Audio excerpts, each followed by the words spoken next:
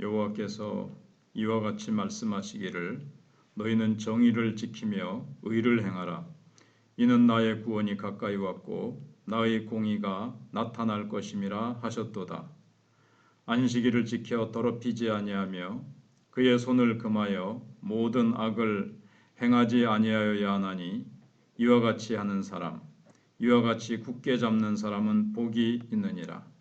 아멘. 오늘 본문은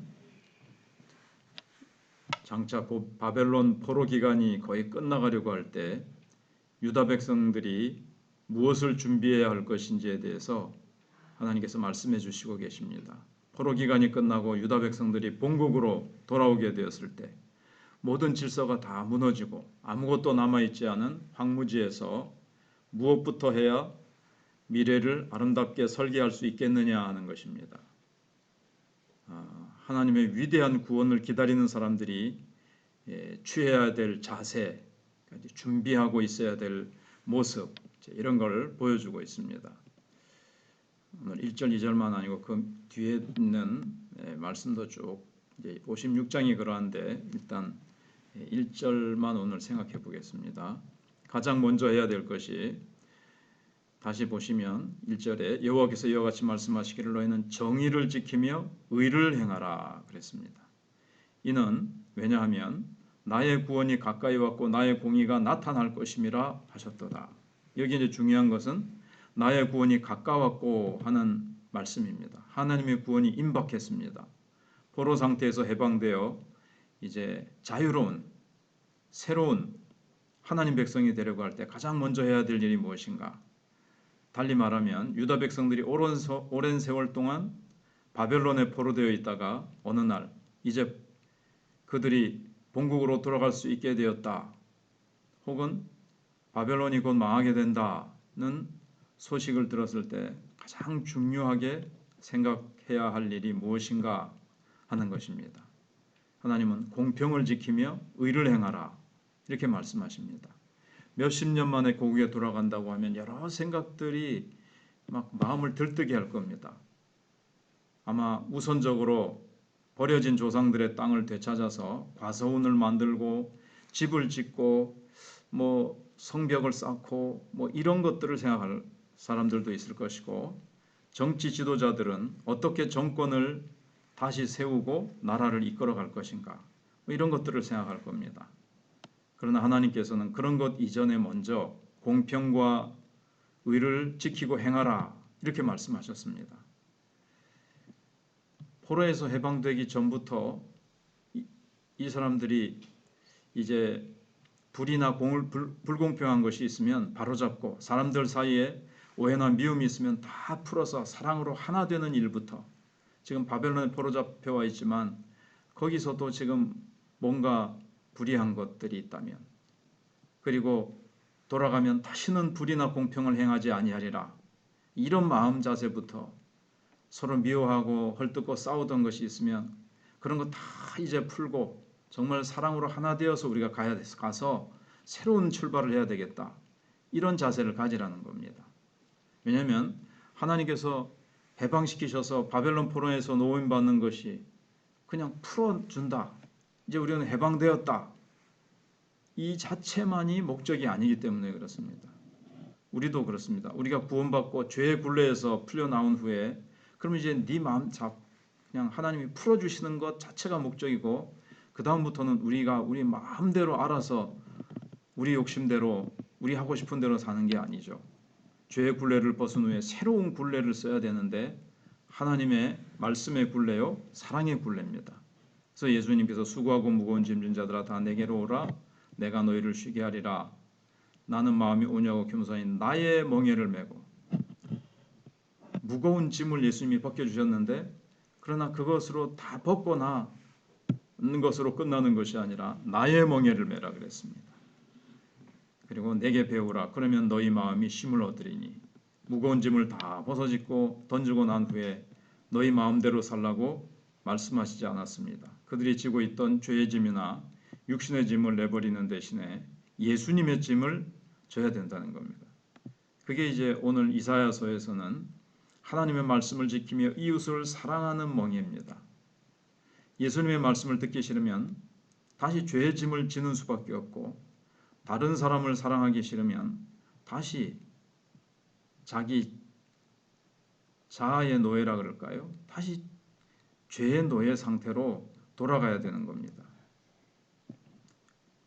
이유가 뭔가 하면 유다 백성들이 바벨론에 포로된 것은 하나님 말씀을 지키기 싫어하고 자기 욕심대로 살았기 때문입니다. 이 근본적인 문제가 해결되지 않으면 노예에서 풀려나와서 조국으로 돌아간다고 해도 똑같은 상황이 또 반복될 겁니다.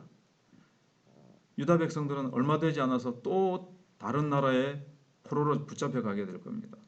예를 들면 어떤 사람이 형기를 다 마치고 교도소에서 출소했지만 과거의 나쁜 버릇을 고치지 못하고 옛날 자세, 옛날 마음 그대로 교도소에서 나오면 또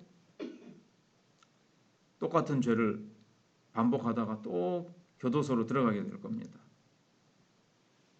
사람의 모든 불행의 원인은 죄에 있습니다. 그런데 이 죄는 사람의 힘으로 해결되지 않습니다. 전적으로 하나님의 도우심을 받아야 합니다. 또 그것으로 끝나서는 안 됩니다. 우리가 할 수 있는 최소한의 것을 해야 되는데, 다시 말씀드리면 순종해야 됩니다. 작은 순종부터 시작하면 하나님이 상상할 수 없는 축복을 주시고 우리의 모든 어려움의 원인을 깨끗하게 치료해 주십니다. 공평을 지키고 의를 행하라는 것이 뭐 큰 일을 하라는 것이 아닙니다. 그렇게 생활에서 작은 것부터 하면 하나님의 의가 나타나게 될 것입니다. 하나님의 의는 바로 사람들의 모든 죄를 예수 그리스도의 십자가로 깨끗이 지워주시고 하나님의 성령을 억수같이 부어주시는 것입니다. 하나님과의 관계에서도 마찬가지죠. 우리가 하나님 앞에서 지킬 것은 사실 가볍고 쉬운 몽이라 그랬습니다. 하나님의 말씀이 대단한 것 같지만 실제로는 그렇게 무거운 짐은 하나님이 메우지 아니하십니다. 수고하고 무거운 짐 다 내가 갖고 오너라. 내가 다 해결해 주고 나의 짐은 쉽고 가벼움이라 그랬습니다. 우리가 때때로 실수하고 넘어질지라도 다 토설하고 회개하면 하나님께서 다 해결해 주시고 용서해 주시고 하나님께서 또 많은 복으로 채워주시고 하나님께서 우리에게 주어진 삶 속에서 내가 할 수 있는 한에서 내가 하나씩 하나씩 작은 것부터 순종하면서 주님 의지하면서 기도하면서 말씀 붙들고 나가면 하나님께서 몇십 배 몇백 배의 축복으로 하나님께서 채워주신다는 것입니다. 바벨론에서 하나님의 구원을 기다리고 있는 이스라엘 백성들, 이제 눈앞에 작은 이익이나 자존심은 포기하고 눈에 보이지 않는 하나님의 신뢰를 얻으라고 말씀하십니다. 중요한 것은 하나님의 신뢰, 하나님을 신뢰하고 하나님의 의를 기다리며 삶 속에 불의하고 죄지었던 것들을 이제 다시는 범하지 않고 주님께서 주시는 그 새로운 출발 속에서 정말 주님만 의지하고 살겠다라고 주님 앞에 그런 자세를 다 가지라고 말씀하십니다. 이제 2절부터는 또 안식일을 지키라는 말씀이 나오는데 이렇게 하나씩 하나씩 주님께서 하나님과의 관계를 회복해 나갈 때 하나님께서 이 세상에 그들이 뭐 염려하던 뭐 집을 짓고 과수원을 짓고 뭘 어떻게 하고 어떻게 하는 것은 하나님께서 우리가 55장 끝에서 얘기한 대로 가시길이 전나무로 아름다운 나무로 다 변하면서 길이 열리고 하나님의 놀라운 축복이 하나님께서 쏟아져서 해결해 주신다는 것입니다. 그래서 하나님 앞에서 우리는 눈물로 회개하고 다 맡기고 기도하며 믿음으로 하나님 의지하고 이제부터는 공의와 사랑으로 살겠다라고 나가면 하나님께서 다 해결해 주시고 지켜주실 것입니다. 기도하겠습니다. 하나님, 어제 또 거룩한 주일을 우리가 어렵고 힘든 상황, 여러 가지 지구촌 아래에서 모든 일들이 위태롭고 전쟁과 기근의 소문이 있는 가운데서도 하나님의 백성들에게 평안한 한때를 주시고 우리가 하나님을 믿음으로 섬기며 또 우리가 마음 성품 뜻 다하여 주님을 경배하며 주님께 영광 돌리게 하심을 감사합니다. 하나님, 우리가 죄의 굴레에서 마귀의 흑암의 포로에서 해방되었지만 우리가 그것으로 만족하는 것이 아니라 우리가 하나님께서 우리에게 주신 자유로 사랑의 종이 되어 섬기고 서로의 발을 씻기며 서로의 짐을 져주는 아름답고 복된 삶으로 하나님께 영광 돌리기를 원합니다. 하나님, 저희들이 서로 사랑의 교제를 나누며 서로 비난하고 서로 정죄하는 것이 아니라 서로 위하여 기도해주고 서로의 아픔을 나의 아픔으로 그렇게 서로 사랑하고 용서하며 용납하며 또 서로를 세워주는 아름다운 사랑의 우리 마천교회가 되도록 하나님께서 함께해 주시기를 원합니다.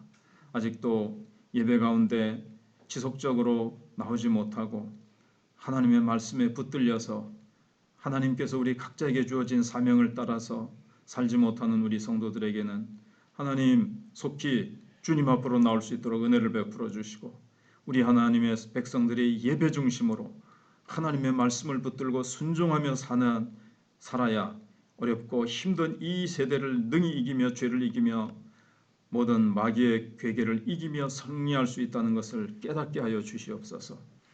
하나님, 이스라엘 백성들이 하나님의 구원을 기다리며 다른 어떤 것보다도 죄를 버리고 하나님을 사랑하며 이웃을 사랑하기로 그렇게 마음 자세를 바꾸고 하나님께서 주신 수고하고 무거운 짐들을 다 내어 맡겨버리고 세상의 모든 근심 걱정 내어버리고 주님이 주시는 가볍고 쉬운 예수님의 멍에를 메고 배우는 우리 성도들이 되게 해주시기를 원합니다. 10월 30일 있을 성례식을 기억해 주시고 또 11월 13일 있을 수능 시험에 우리 하나님 또 나윤이 잘 시험 칠 수 있도록 도와주시옵소서. 하나님, 계속해서 우리 사랑하는 성도들이 기도로 깨어나게 해 주시옵시고 하나님, 이 영적으로 한국교회가 지금 또 이 민족이 당한 이 어려운 위기의 상황들을 놓고 하나님 앞에 부르짖고 간구하고 회개해야 될 때인 것을 알게 해 주시옵소서. 하나님, 성령께서 각자를 깨우시고 한국교회를 깨우시고 저희들의 심령을 깨워 주시옵소서. 엎드리게 하여 주시옵소서. 회개하고 토설하며 하나님 앞에 눈물로 나아갈 때 하나님께서 이 민족의 어려움들을 해결해 주실 것입니다. 정치 지도자들의 힘과 지혜에 있지 아니하고 하나님, 인간의 어떤 것에 있지 않습니다. 이 백성이 회개할 때 주님이 이 땅을 고쳐주셔야 됩니다. 하나님께서 함께해 주시옵소서. 예수님 이름으로 기도하옵나이다.